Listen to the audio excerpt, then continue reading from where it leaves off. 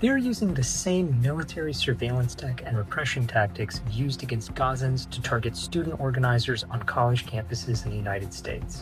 Last month, the University of Michigan was exposed for hiring plainclothes mercenaries to surveil pro-Palestinian student activists. These mercenaries followed students, harassed them, and even tried to bait them into confrontations. Universities are increasingly using sophisticated technologies, including facial recognition, to profile and analyze students, and preempt, monitor, and stop student activism.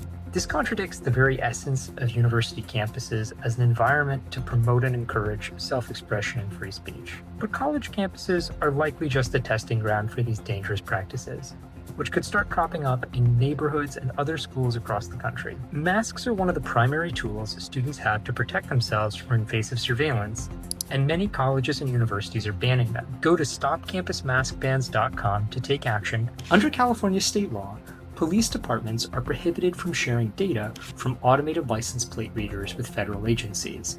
But that's exactly what the San Francisco and Oakland police departments have been caught doing. These cameras, made by Flock Safety, capture every passing vehicle's license plate and store the data in a massive searchable database. This data is now being shared with federal agencies such as the FBI and ICE. This is more than just a legal violation. It's a chilling reminder of how easily surveillance technology can be abused.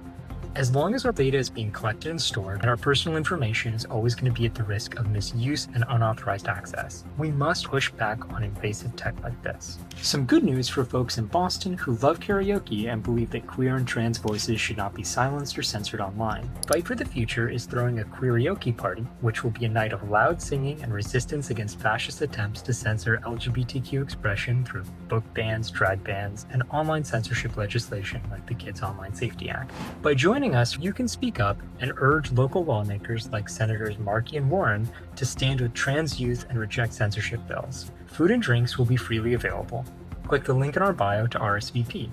While you're at it, sign our Queers Against Censorship petition and tell Massachusetts lawmakers no to bad internet bills and yes to queer freedom. In yet another attack against the media by the Trump administration, the Senate has approved cuts to PBS funding, which the House is expected to vote on shortly after I record this on Thursday. This funding cut threatens access to trusted local programming and critical emergency alerts, especially in rural communities where PBS stations are often a primary source for reliable public information. Slashing PBS funding is an authoritarian move that prioritizes politics over public welfare. Calling your lawmakers and demand they vote against this dangerous proposal. The public has the right to information, not silence. If you're fired up about these issues and want to channel your internet outrage into real political power, click the link in our bio and follow us to learn more.